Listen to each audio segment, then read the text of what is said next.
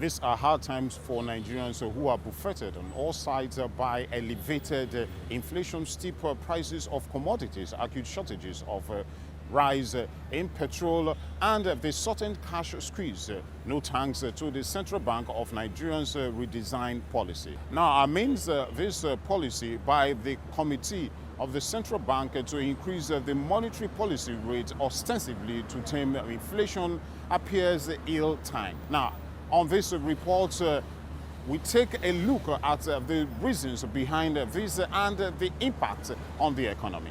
With the new monetary policy rate increase, the CBN has raised the official interest rate to 18% from 17.5% in January 2023.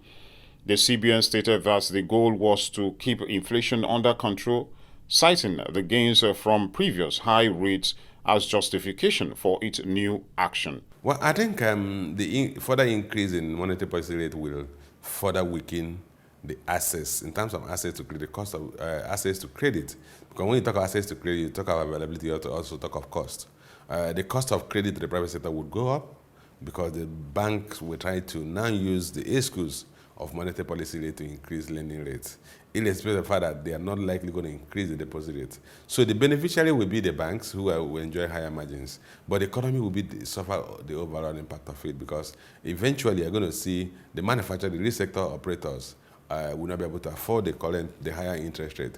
A change in the interest rate could have an effect on macroeconomics and other key economic indicators like consumer spending and borrowing. In Nigeria, the tool allows the Apex Bank to effect changes in broad monetary policies designed to facilitate the government's planned fiscal policy. The CBN governor argued that the sharp rise in inflation across both the advanced and emerging market economies has generated growing concerns among central banks across the world, adding that the progressive rise in inflation, driven by rising aggregate demands and wage growth, has put sustainable pressure on price levels.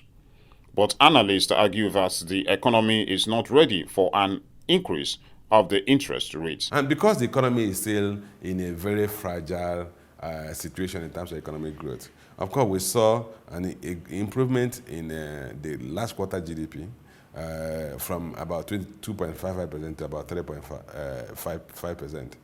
But overall, this is still very weak in terms of the potential of this economy to grow. So the Central Bank must bear in mind that, look, one, the interest rate, the monetary policy rate, or increase in interest rate is not succeeding in fighting inflation, because inflation has continued to increase.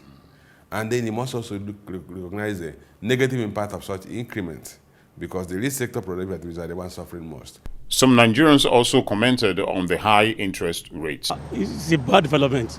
Instead of CBN to decrease the interest rate, the increases, it will affect business of the people. It will affect standard of living. It will affect everything generally. I think, first of all, it is very, very inconsiderate of the policymakers. The decision they take nowadays affecting the general economy and the public. Now, to talk specifically on the issue of the interest rate happening now, we can see, let's focus on the youth who are trying to meet up with the unemployment situation on ground. You know, people are trying to survive, trying to create businesses, and to say they want to go to the bank, because generally now, before you can start up a business, you have to depend on loan. Where do you expect young people to feed on to start, to start their business life?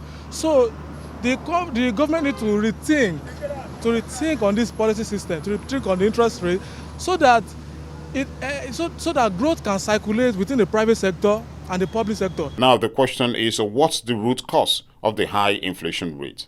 One is liquidity injection from the central bank to the federal government in terms of ways and means funding.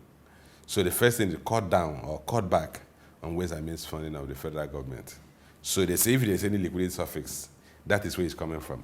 Second aspect is that you have high rate of food inflation. Why is food inflation rate high? You recognize that food production has actually diminished in several of the food belts, northeast, north central, northwest, because of insecurity. So you have to address the issue of insecurity so that food production can increase again and reduce food inflation will come down. Other factors, pass-through effect of depreciation of local currency. Why is local currency depreciating? Because we're not exporting enough. So what do you need to do? Improve on crude oil production, address the issue of stealing of crude in the Niger Delta, address the issue of breach of pipelines in the Niger Delta, so that you can improve on crude production, and that will help us earn more foreign exchange to achieve stability in the exchange rate.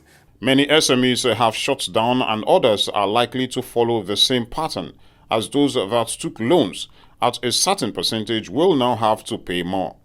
Experts say the gap between the CBN's lending rate and the prime lending cause for concern, stressing that the spread between the rates should not be more than 10%. It is very important to note that Nigeria as a country has the ability to stabilize its economy and eliminate inflation by making sure that the country embraces industrial production, grow its agricultural sector, improve on its human capital development, and reduce spending on imported products, and create a good governance structure.